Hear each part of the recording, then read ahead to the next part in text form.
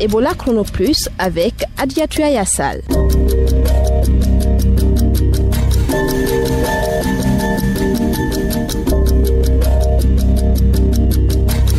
Bienvenue à tous, très ravi de vous retrouver pour ce nouveau numéro d'Ebola Chrono Plus. Un nouveau cas d'Ebola notifié à Koropara et des cas de réticence dans la préfecture de Massanta. On en parle dans cette émission.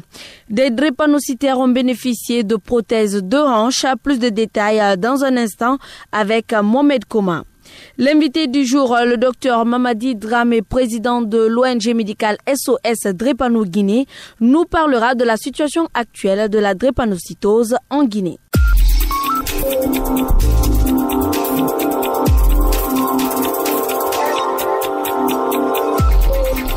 Bonjour à tous, comme annoncé dans le sommaire, un nouveau cas vient d'être notifié à Koropara Centre. C'est une fillette qui a développé la maladie à 10 jours de son suivi. 89% des contacts sont actuellement suivis. Ils sont au total 1033 contacts enregistrés, dont 171 contacts à haut risque. Les 95 contacts de Massanta ne sont pas suivis. Une équipe de la coordination a été prise en partie en fin de semaine. Les équipes attendent que la réticence soit levée pour faire le suivi. Asmaou Diallo. Une équipe de riposte a échappé belle à un lynchage ce dimanche à Danano, dans la sous-préfecture de Kouankan, à Massanta. Elle a été accueillie par une foule en colère. Le docteur Diallo Mamadou, DPS de Massanta. C'est Dieu seul qui nous a sauvés parce que ce n'était pas une réticence, mais c'était une violence. Nous avons été encerclés par la population munie de gourdins, de machettes, de cailloux, de bâtons. Là, franchement, il y avait plus de 2000 personnes qui nous entouraient là. Et depuis ce temps, ils ont érigé des barricades à la rentrée de tous les villages, empêchant toute personne d'y entrer. Pour l'instant, les 95 contacts issus du dernier cas confirmé de la localité ne sont pas suivis. Même les agents communautaires ne sont pas acceptés par les habitants de Danano. Nous avons trouvé comme solution de rechange de prendre les AC. On a mis des outils à leur disposition pour qu'ils puissent assurer le suivi. Mais hier, même ces AC-là ont été empêchés de mener leur activité. Donc, tous les contacts qu'on est en train de suivre, ils sont au nombre de 95 personnes. Personne n'a été suivi hier. Face à la réticence, le gouvernement guinéen s'active pour éviter la propagation de la maladie. Le docteur Mamadou Diallo. Le gouvernement a envoyé un ressortissant de cette localité réticente-là, Danano, et qui est très très écouté dans sa communauté. Il est à Danano. C'est lui qui nous a rassurés de lui donner le temps. Il va parler avec ses parents et donc après ça, il pourra vraiment nous appeler pour que l'on puisse intervenir. Les contacts de cette localité sont issus d'un décès communautaire. Parmi eux, 29 contacts sont à haut risque. Asmaou Diallo, Ebola Chrono Plus, Conakry. Le monde célèbre ce 29 mars la journée mondiale de l'allaitement. En Guinée, à peine 20% des enfants bénéficient de l'allaitement maternel exclusif pendant les 6 premiers mois. Pourtant, selon l'OMS et l'UNICEF, l'allaitement maternel est le premier moyen d'apporter aux nouveau-nés les nutriments dont ils ont besoin. Ces institutions onusiennes recommandent l'allaitement exclusif au sein du nourrisson jusqu'à l'âge de 6 mois. Mohamed Koma, Ebola Chrono Plus, Conakry. Asmaou Diallo, Ebola Chrono Plus, Kindia. Sidibé Kondé, Ebola Chrono Plus, Boki. Korkaba, Ebola Chrono Plus, Labi. Alexis Collier, Ebola Chrono Plus, Gekebi. Suivez toute l'actualité dans votre bulletin d'information. La nécrose de la tête fémorale est une complication de la drépanocytose. Pour la première fois en Guinée, des jeunes patients qui ont ce problème ont été opérés sur place, ici même à Conakry. Jusque-là, les drépanocytaires guinéens souffrant de ce type de complications étaient évacués dans des pays voisins. Mais grâce à l'implication de l'ONG Guinée Solidarité, des opérations pourront désormais se faire en Guinée à moindre coût. Mohamed Koma. On m'appelait quelquefois l'handicapé, quelquefois la fille infirme, donc du n'importe quoi. Mais je gérais parce que c'est pas eux qui m'ont donné, mais c'est Dieu. Allongée sur son lit de malade, Safia Toubari, 25 ans, avait perdu l'usage de son pied à cause de la drépanocytose il y a de cela 4 ans. Mais aujourd'hui, cela relève du passé. Désormais, elle pourra remarcher grâce à une opération qu'elle vient de subir. Je me sens bien, alhamdoulilah. Mais j'avais quand même la foi que Dieu allait être là un jour, mais pas maintenant là. Et je suis fière quand même de participer à cela. Et c'est une nouvelle vie et une nouvelle vie pour demander pardon à tout ce que j'ai fait à Dieu et de m'avoir donné la chance de réparer mon pied. Parce que oui, en étant unique fille, et je n'ai que ma maman, je dois beaucoup faire pour elle. Au total, 4 drépanocytaires, à l'image de Safia Toubari, ont été pour la première fois opérés de ce mal à Conakry. Selon le Dr Ba Mohamed Lamine, chirurgien ayant pris part aux opérations, des matériels existent dorénavant pour ce genre d'intervention médicale en Guinée. Ça s'est bien passé, nous avons mis des prothèses totales non cimentées. Les compétences locales existent, on n'a pas de matériel. C'est ça le handicap. Donc le prof est venu avec les matériels qui nous permettent de poser les prothèses de hanche en Guinée. Donc il faut que les gens sachent que le matériel existe maintenant en Guinée et qu'on peut réaliser ces interventions. Selon l'Organisation mondiale de la santé, 300 000 enfants naissent dans le monde chaque année avec une anomalie majeure de l'hémoglobine dont la plus fréquente est celle de la drépanocytose. Mohamed Kaba est président de l'ONG Guinée Solidarité. Guinée Solidarité, naturellement, ne pourra pas tout faire. Je pense qu'il est du devoir de l'État de prendre en charge effectivement cette maladie qui est un peu oubliée.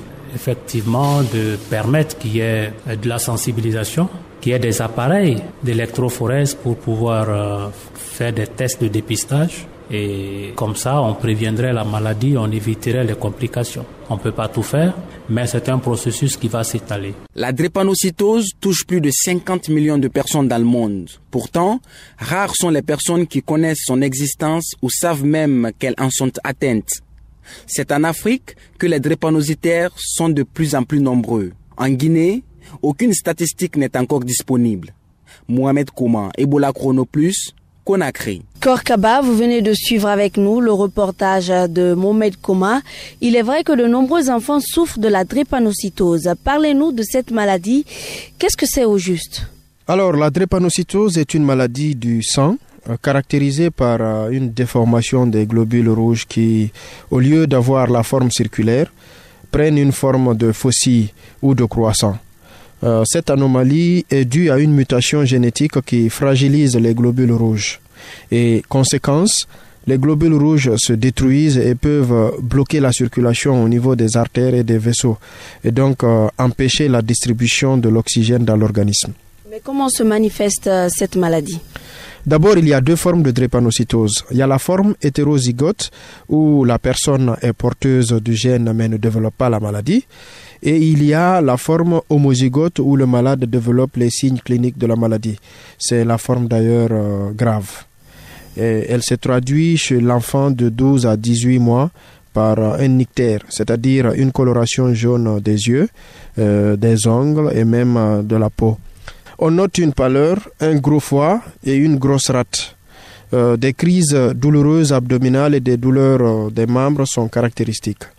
Et tout cela entraîne une série de complications graves comme une anémie, une insuffisance respiratoire, mais aussi des crises vaso-occlusives très douloureuses qui surviennent dans différentes parties du corps, comme les os, l'abdomen, les reins, le cerveau, la rétine, un peu partout sur le corps. La formation aussi d'ulcères est à noter.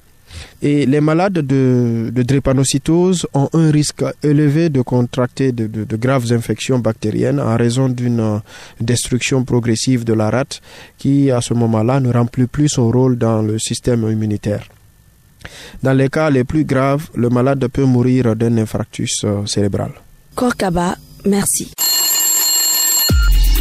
Participez au choix des sujets à traiter dans votre émission Ebola Chrono Plus.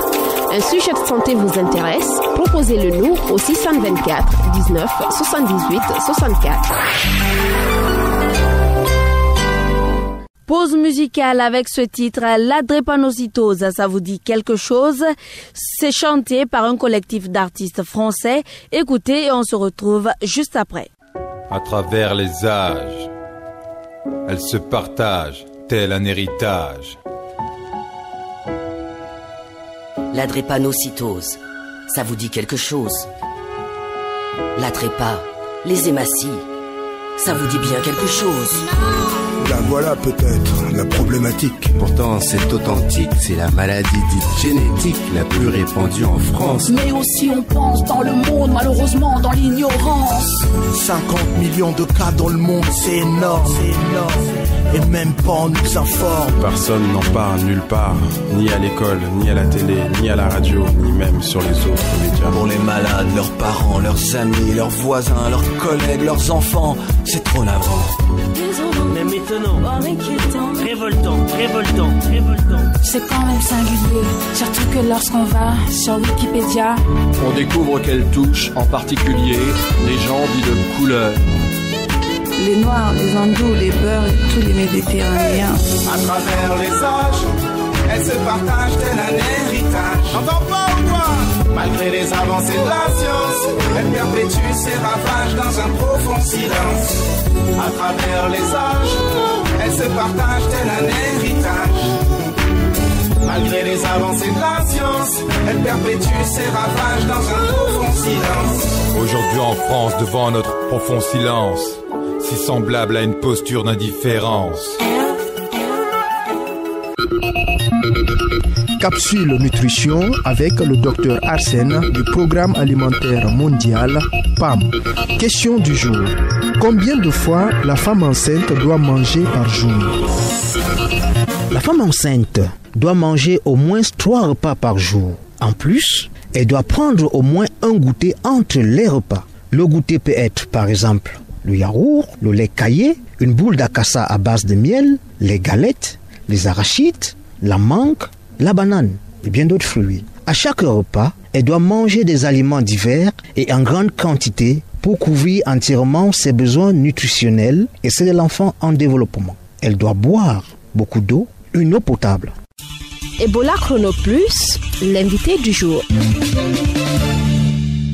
Le dépistage néonatal du trait drépanocytaire permet de réduire sensiblement la morbidité et la mortalité liées à la maladie chez le nourrisson. Dans la plupart des pays où la drépanocytose est un problème majeur de santé publique, le dépistage systématique de la drépanocytose n'est pas une pratique courante et le diagnostic de la maladie n'est habituellement posé que lorsque survient une complication grave. En conséquence, plus de 50% des enfants atteints de la forme la plus sévère de la maladie décèdent avant l'âge de 5 ans. Sur la situation actuelle de la drépanocytose en Guinée, Mohamed a rencontré le docteur Mamadi Dramé, médecin de ville et président de l'ONG médicale SOS Drépano Guinée. Suivez. Nous recevons tous les jours, quotidiennement, des malades drépanocytaires. Et aujourd'hui, de tous âges, depuis l'âge de 5-6 mois, même 50 ans. Nous avons des drépanocytaires que nous recevons de tous âges. Donc, annuellement, on est à plus de 500 consultants, pas consultation. Donc, en moyenne, on a 500 patients qui viennent consulter. Alors, existe-t-il aujourd'hui en Guinée un programme national pour faire face à la drépanocytose? Alors, au niveau du département de la santé, il y a un point focal de la drépanocytose. Au niveau du département de la santé, il y a eu un travail qui a été fait auquel notre ONG a été associée pour l'élaboration d'un programme national de lutte contre la drépanocytose. Et ce travail a été fini depuis 2013, je crois. Jusqu'à ce jour, je ne sais pas quelle en est l'issue. On peut guérir de la drépanocytose?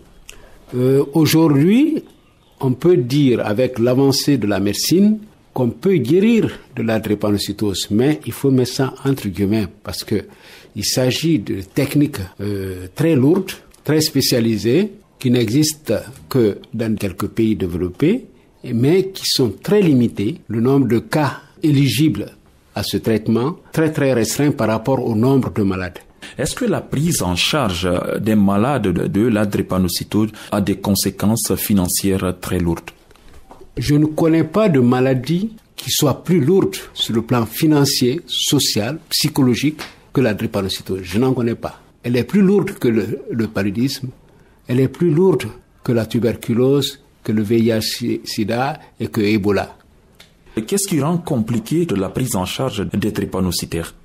Alors, d'abord, pour faire un diagnostic de la drépanocytose avec l'électrophorèse aujourd'hui dans les laboratoires privés, c'est pas moins de 300 000 francs. guinéens. Sans compter qu'il faut quotidiennement prendre des médicaments et il faut hospitaliser, il faut vacciner. C'est un suivi quotidien. Les médicaments qui sont administrés sont des médicaments qui coûtent cher. C'est inimaginable le coût dans la liste des maladies prioritaires à prendre en charge. La drépanocytose, pour tout le monde, croit que ça doit être en 10e position. Donc, on est loin encore de penser à la drépanocytose comme programme à prendre en charge. Mais est-ce qu'il y a un régime alimentaire particulier pour les drépanocytaires? Un drépanocytaire doit avoir une alimentation très riche pour compenser les déficits en protéines qui font qu'il est anémié. Notamment, il doit manger de la viande, il doit manger du poisson, il doit manger équilibré en un mot. Il n'y a aucun régime particulier. Mais j'aimerais insister sur un fait qui est maintenant à la mode chez nous, de donner du Vinto aux enfants drépanocytaires pensant que ça va apporter du sang. Le Vinto, son apport en sang est vraiment nul. Il n'a de commun au sang que la couleur. Ce qui est dommage, c'est que ça entraîne beaucoup de gaz chez les enfants drépanocytaires, puisque c'est une boisson gazeuse. Docteur, en Guinée, où en est-on avec le dépistage néonatal de traits drépanocytaires? Il n'y en a pas, on n'en est nulle part, parce qu'il n'y a aucune structure équipée en la matière. Ça, c'est un idéal aujourd'hui. En général, est-ce que le dépistage de la drépanocytose est une pratique courante chez nous? Ce n'est pas du tout courant. C'est pour cela que beaucoup de drépanocytaires meurent. Aujourd'hui, c'est à Conakry seulement qu'on a l'appareil d'électrophorèse pour 2-3 établissements qui peuvent en disposer pour toute la Guinée. Les CHU, donc à Ignaciti, n'en ont pas. Pour finir, docteur, comment vivre sa drépanocytose? C'est d'abord d'être bien informé de cette maladie. Il faut des soins continus, il faut des examens continus, il faut vraiment une prise en charge. C'est pas facile. C'était le docteur Mamadi Dramé, médecin de ville, président de l'ONG médicale SOS Drépano Guinée. Ebola Chrono Plus, à vous la parole. À présent, place aux questions des auditeurs avec Sidikbe Kondé. Bonjour. Bonjour à tous. 2 auditeurs ont aujourd'hui des questions sur l'hépatite B. Écoutons-les.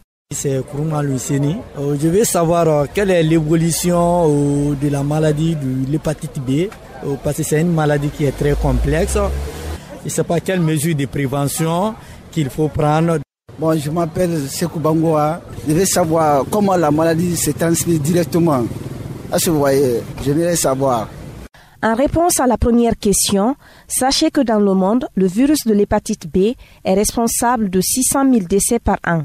Il représente la 2e cause identifiée de décès par cancer après le tabac. Il existe plusieurs types d'hépatite, à savoir l'hépatite A, C, D, E et B. Mais l'hépatite B est la forme la plus compliquée. Maintenant, pour ce qui est de la transmission de cette maladie, notre consultant, le Dr Ben Youssouf Keita, précise.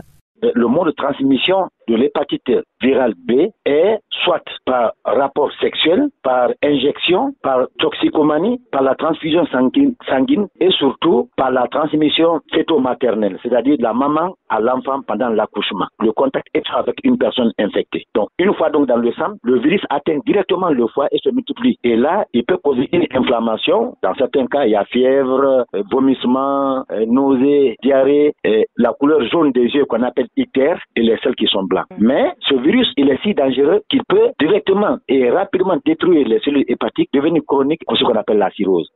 Qu'est-ce qu'il faut pour l'éviter? Il faut premièrement, dès la naissance de l'enfant, faire le vaccin anti-hépatite V. Il faut prendre des dispositions nécessaires pour éviter la contamination du matériel médical, soit les seringues, les aiguilles, les ciseaux, où on peut transmettre une maladie par contact. Il faut éviter donc qu'il y ait cette transmission nosocomiale, c'est-à-dire au niveau de l'hôpital que les médecins contaminent eux-mêmes les patients. Donc, il y a non seulement prendre les précautions pendant l'accouchement, il y a prendre la précaution pendant les injections, pendant les circoncisions et tout ce qui s'ensuit, pendant les interventions chirurgicales. Il y a aussi se protéger lors des rapports sexuels. Et il y a qu'il faut tester tout sang avant de faire une transfusion sanguine. Merci docteur. Pour Pour toutes vos questions sur la santé, écrivez-nous au 624 19 78 64. Merci Siligbe. Ebola Chrono Plus, c'est fini pour aujourd'hui. Sachez que vous pourrez réécouter cette émission sur YouTube, tapez Ebola Chrono, suivi de la date du jour. À la rédaction en chef était assurée par Afio Amata, la technique par Mamadou Kone assisté de Cabinet Sano et la présentation par Adiatou Yassal. Merci de votre attention et prenez soin de vous. Au revoir.